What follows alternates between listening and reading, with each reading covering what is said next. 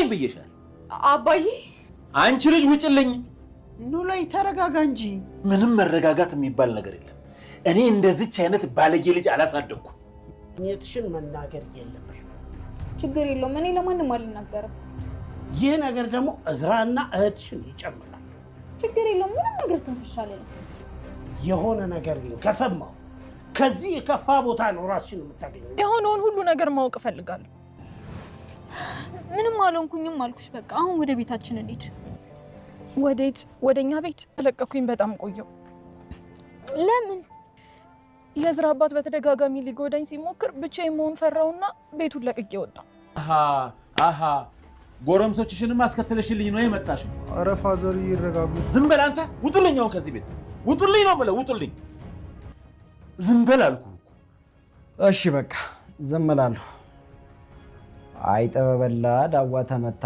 ማለት እንደዚህ ነው ማን ነው አይጣንተ እኔ ተረቱ ነው ፋያው ሲሉ ሰምቼ ነው ያልኩት እኔ ነው አይደል አይጥ የምትለኝ ወይኔ ኖላዊ የማንም ጨበሪያ መጫወቻ አልሁን ሂድ ከመንገድ ይዶሩ ሰላም እንዴ ትታወቃላችሁ እንዴ እህትሽ እሷ እንዳትሆን ብቻ አዎ እሷ ናት እህቴ አይ እነዚህ ልጆች ሌቦች ናቸው ሌቦች የምን ሌባ ምንድነው እሱ የት ነው የምትተዋወቁት አንድ ክላስ ነው የምንማረው እና ቆይ አንድ ክላስ ስለተማራችሁ ብቻ ነው እንደዚህ የምትልሽ አባባ ኖላዊ ሀንቹን ባዩት ነገር አይንሽን ላፈር አይንሽን ማየት አልፈልግም እኔ እንዳንቺ አይነት ልጅ አላሳደኩም በማለት ከቤት አስወጥተዋታል ወይዘሮ ሜላትም ግራ በመጋባት እሳቸው ጋር ነበረችና ሀንቹ እኮ ጨዋ ልጅ ናት ብትላቸውም እኔ እንደዚህ አይነት ልጅ አላሳደኩም ከቤት የውጭልኝ በማለት ሀናንም ያስወጧታል ሀና እያለቀሰች ነገሩ እንደዚህ አይደለም አባዬ ላስረዳህ በማለት እንግዲህ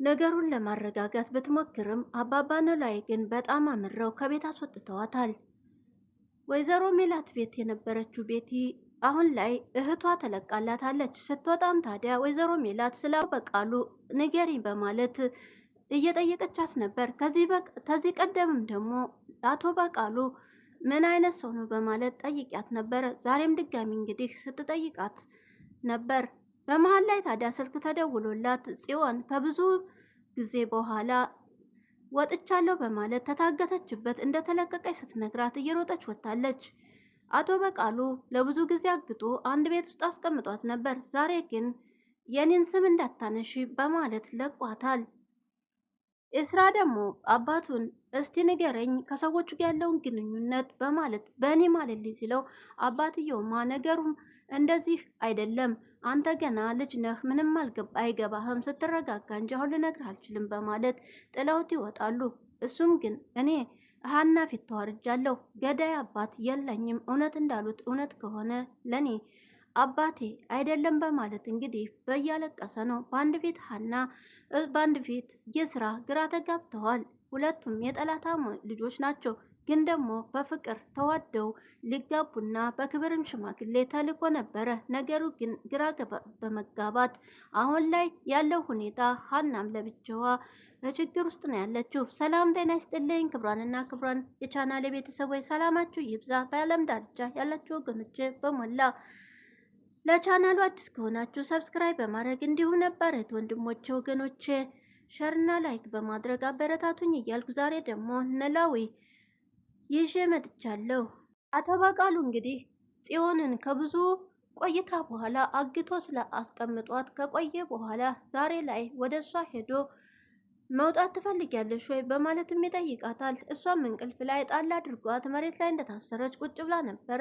እንዴት መውጣት አልፈልግም የውጭ ጫጫታ ከዚህ ውስጥ ታፍኖ ከመቆየት ይሻለኛል በማለት ትነግረዋለች ታዲያም በአንድ ነገር ስንግባባ ነው የምለቅሽ በማለትም ይነግራታል እሱም ደግሞ የኔን ስም ማንሳት የለብሽም እዚህ ቤትም እንደቆየሽ የማንንም ስም ማንሳት የለብሽም በተለይ ለቤቲና ለእዝራ መተንፈስ የለብሽም በማለት ፈቶ ለቋታል እሷም ብትሆን ለእህቴም ሆነ ለእዝራ ለማንም ሰው ትንፍሽ አልልም በማለት ቃል ገብታለት ለቋታል ላይ አቶ በቃሉ በልጁ ምክንያት ግራ ተጋብቷል ምክንያቱም አሁን ላይ ጽዮን ተተናገረች በትክክለኛውም ለፖሊሶች በተለይ ብትናገር አንተነህ የገደለው ብሎ ፖሊሶች ደግሞ ሊያፋጥጡት ይችላሉ ስለዚህ ትንፈሽ ብትይ ከዚህ የበለጠ ነገር ነው የማደርስብሽ በማለትም እንግዲህ አስፈራርቷታል። እንደወጣችም እንደተለቀቀች እንግዲህ ለቤቲ ስልክ ትደውልላታለች።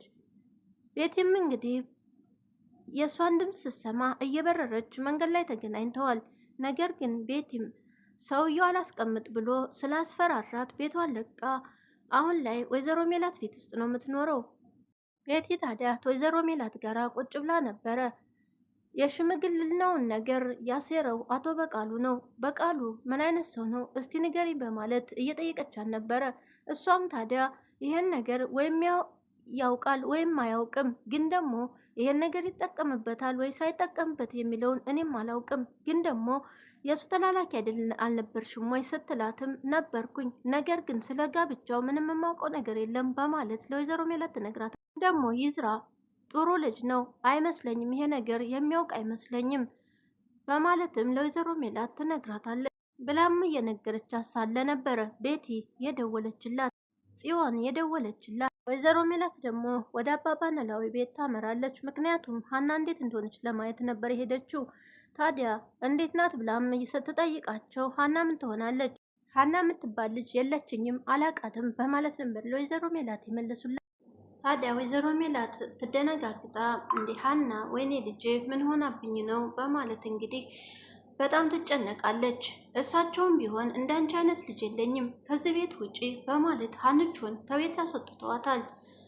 ሀናም አባቴ ቆይ ላስረዳ፣ እኔ እኮ ካንተ ሌላ ማንም ሰው የለኝም በማለት እንግዲህ ብትለምናቸውም በጣም ስለተናደዱ እንዳንቺ አይነት ልጅ አላሳደኩም፣ አይንሽን እንዳላይ ከዚህ ውጭልኝ በማለት በተደጋጋሚ ተናግረዋታል። እሷም እንግዲህ ከቤት ወጥታ ወደ አንድ ካፌ ሄዳ ነበረ። ወይዘሮ ሜላትም ወደ ቤት ተመልሳ ስለ ልጇ የተጨነቀች እያለ ሰላምዬም እንግዲህ ጭንቀቷን እያየች አይዞሽ እማዬ ልክ አይደለሽም በማለት ትጠይቃታለች። ታዲያ ስለ ሀናም ከአባቷ ጋር እንደተጣላይ ስትነግራት እነሱ ባክሽ ተጣልቶ አይጣሉም ዝም ብለው ነው አንቺ አትጨነቂ በማለት ቡናና ሻይም እንግዲህ ላምጣልሽ ወይ በማለት ወደ ውስጥ ገብታ ነበረ። እሱንም አምጥታላት ቡናው እንዴት ነው በማለት እየጠየቀቻት ሳለ ድንገት ቤትና ጽዮን ወደ ቤት ይገባሉ። ጽዮንም ታዲያ ቤቴ የሆነውን ሁሉ ስትነግራት ወደዛ ቤት አልሄድም በማለት እንግዲህ ሰላምዬን እንዳየቻት ትደናገጣለች። ምክንያቱም አንድ ክላስ ውስጥ እየተማሩ በኢዝራ የተነሳ ደግሞ ብዙ ብጥብጥ ከሰላምና ከሀና ጋራም ተደራርሰዋል። ከዛም አልፋ ደግሞ ሰላምዬ እንግዲህ ቅዱስን የሚያፈቅራት ልጅ ወደ ሰላም ተመልሶ ሰላምን አፍቅሯታል። ታዲያ ሰው እስከ መነጣጠቅ ድረስ ደርሰዋል። አሁን ላይ ሰላምዬ ስታያት በጣም ትናደዳለች። የሰው ሌባ ናቸው እነዚህን አስወጭልኝ እናቴ በማለትም ትናገራለች። እናትየዋም ታዲያ የሰው ሌባ የለውም፣ እንግዳ ደግሞ እንደዚህ አትናገሪ፣ ለምንድነው እንደዚህ የምትያቸው ልጆቹን? ይች ልጅስ ምን እንዳሳለፈች እናውቃለን ወይ በማለት እንግዲህ ሰላምዬን ተቆጥታ እነሱንም እንዲቀመጡ አዛቸዋለች። ታዲያ ቤቲም በሰማችሁና ባየችው ነገር በትምህርት ክፍል ውስጥ ብቻ በተማራችሁት ነው ወይ እንደዚህ ልትናገርሽ የቻልሽው? ምንድነው ነገሩ በማለት ለብቻዋ ልታናግራት ወስናለች። ሽንት ቤት ወስዳም በሩን ዘግታ ምንድነው ችግራችሁ በማለት ትጠይቃታለች። ታዲያ ያለውን ነገር ከየት ጀምሬ ከየት ልንገርሽ፣ ግን ደግሞ ከኢዝራ ጋር ሆኜ ሀናም ሆነ እሷን ብዙ ነገር አድርጊያችኋለሁ፣ ስለዚህ እዚህ መቆየት አልፈልግም እንሄድ በማለት ለቤቲ ትነግራታለች። ቤቲም ታዲያ አሁን ላይ ምንም አማራጭ የለንም፣ ምንም መሄጃ የለንም፣ ያለን አማራጭ እዚህ መቆየት ነው። ሰላምም ሆነች ሀና ምንም ቢናገሩሽ መቻል አለብሽ፣ ከዚህ ወዴትም አንሄድም በማለት አሳምናት። ግን ደግሞ ጽዮን የስራን አፍቅራው ሳይሆን ለገንዘቡ ብላ ነበር ያን ሁሉ ነገር ያደረገችው።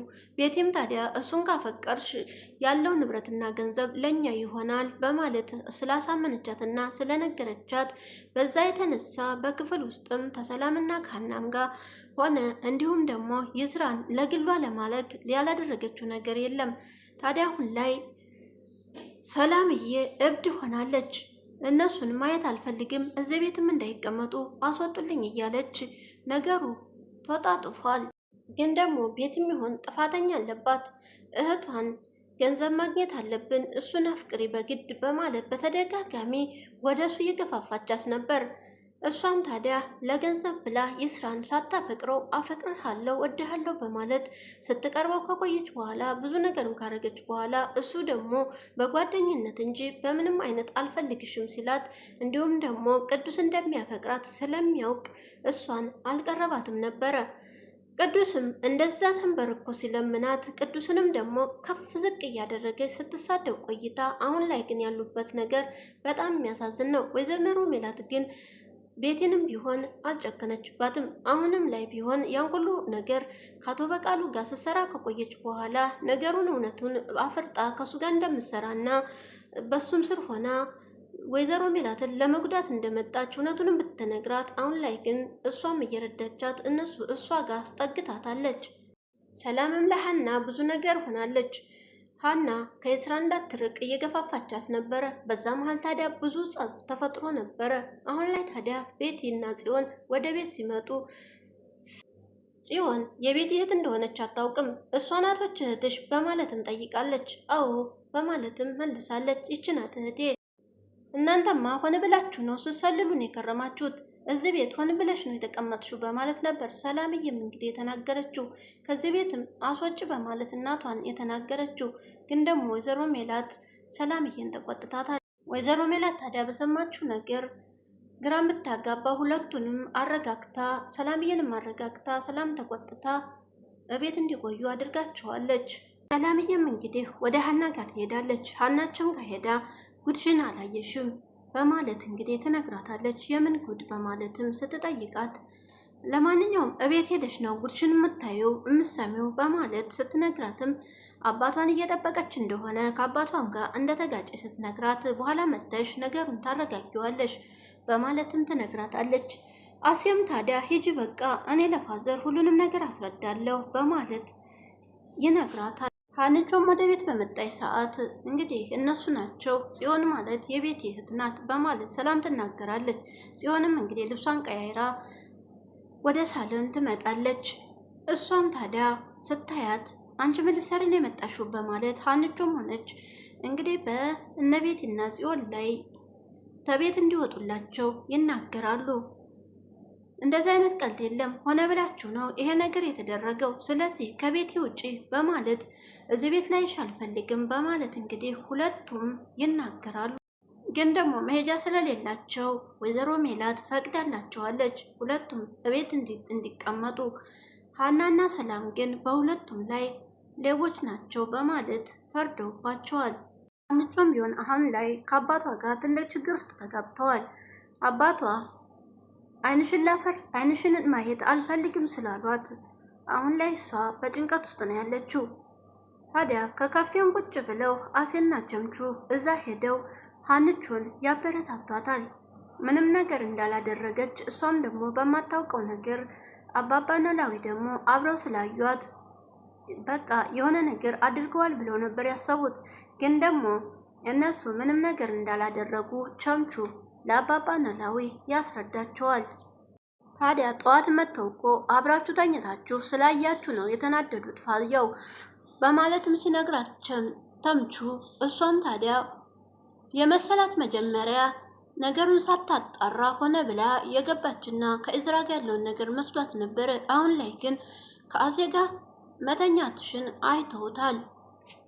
መጥተው ጉዳቸውን አይተው ስለሄዱ በዛ የተነሳ ነው በማለት ተምቹም ስለነገራት እሷም ታዲያ በዝናብ አባቴ ማግኘት አለብኝ አባቷ ሲከፋትም ሆነ እንዲሁም ደግሞ የሆነ ነገር ችግር ሲያጋጥማት አባቷን ሄዳ ስታማክር ሁሉንም ነገር ያበረታቷታል።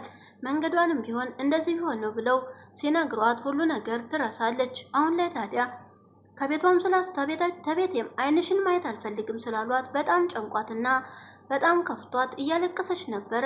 እሷም ታዲያ በዝናብ ወደ ቤት ሄዳለች። በተከበርኩበት አዋርሽኝ፣ እንዳንቺ አይነት ልጅ አላሳደግኩም በቃ እኔ በማለት በንዴትም እንግዲህ አባባ ኖላዊ ወደ መጠጥ ቤት ሄደው ነበረ። ተምቹን ተከትሏቸው ይሄድና እዛም ቢሆን ዓይንህን አላይም ለምን ተከትለህ መጣህ በማለት ነበረ። እቤት ውስጥ ታዲያ ሀናና አሴም ተከታትለው ሲገቡ እናንተ ማየት አልፈልግም ከዚህ ውጡልኝ በማለት ንዴታቸውን መቆጣጠር አቅቷቸው ጥለው ወጥተዋል ከቤት ውስጥ። ከዛም በኋላ ነበር ወደ መጠጥ ሄዱት። ተምቹም ታዲያ እዛ ቁጭ ብሎ ጋብዙኝ በማለት በቀልድ አስመስሎ እያሳሳቀ ነገሩን ግልጽ አድርጎ ስላስረዳቸው ምንም አይነት ነገር አላቸው ስህተት እንዳልሰሩ ሲነግሯቸው አባባ ኖላዊም ተጸጽቷል።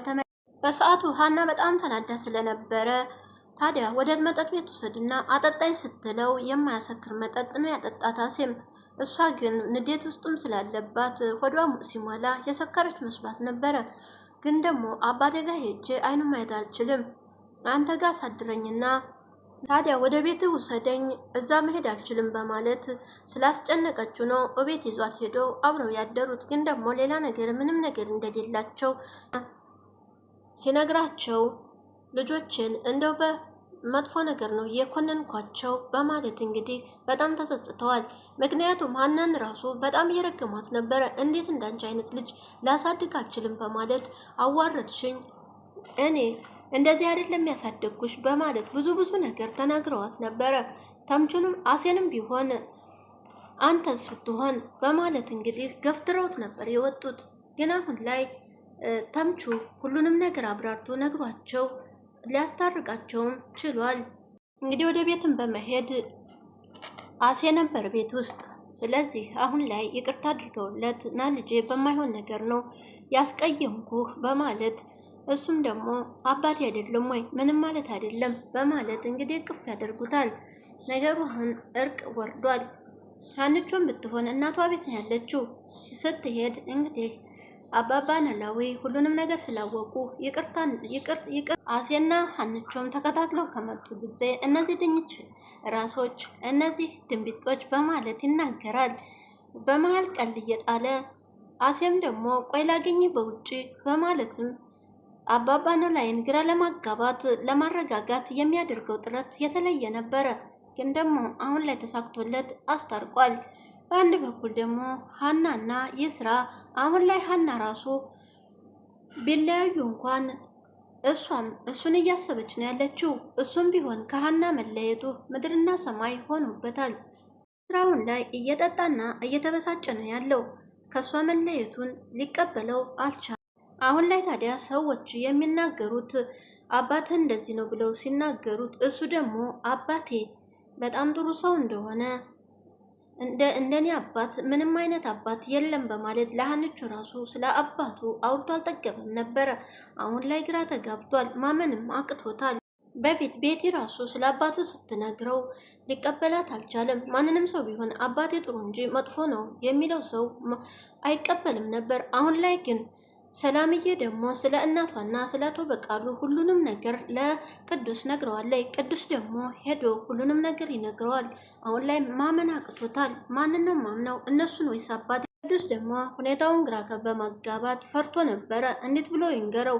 አባትና ልጅን ማጣላት አይፈልግም። ስለዚህ አባቴ ጥሩ ነው ብሎ ስለሚነግረው ሁሉና አሁን ላይ ደግሞ ስለ አባቱ መጥፎነት መናገሩ ቅዱስ በጣም ገብቶት ነበር። ግን ደግሞ ይስራ በጣም ጮሆበት የሆነውን ነገር ንገረኝ በማለት ሲጮህበት ነው የነገረው። አባትና ልጅን አላጣላም በማለት ነገሩን መናገር አልፈለገም ነበር። አባቴ እንደዚህ አይነት ነገር አያደርግም ነበር ያለው። ቅዱስም የሆነውን ሁሉ ሲነግረው ወይዘሮ ሜላት ድርጅት ውስጥ ሰው ቀጥሮ እንዲሁም ደግሞ ቤቱን ሲያተራምስና ሲበጠብጥ የከረመው ያንተው አባት እንደሆነ ብሎም ሲነግረው በጣም ግራ ገብቶታል። ሚይዘው የሚጨብጠው አጥቷል። አባቱም ጋር ሄዶ ታዲያ አባቱን አንተ ማንኛው አባቴ ነህ?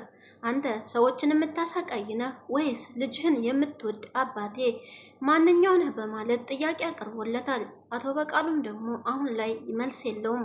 እኔ ሰው ገዳይ አይደለሁም፣ እኔ አንተ አባት በጣም የተከበርኩና ጨዋ ነኝ፣ ግን ደግሞ ሰው የሚነግረን አትመን በማለት እንግዲህ አንተ ግን ልጅ ነህ፣ ገና ምንም ነገር አታውቅም ስለ ህይወት፣ ስለዚህ መረጋጋት አለብህ በማለትም ስለ ህይወትን የምን አገባኝ፣ እኔ የምፈልገው ሀና የኔ ብቻ እንድትሆን ነው በማለት እንግዲህ ለአባቱም ተናግሯል።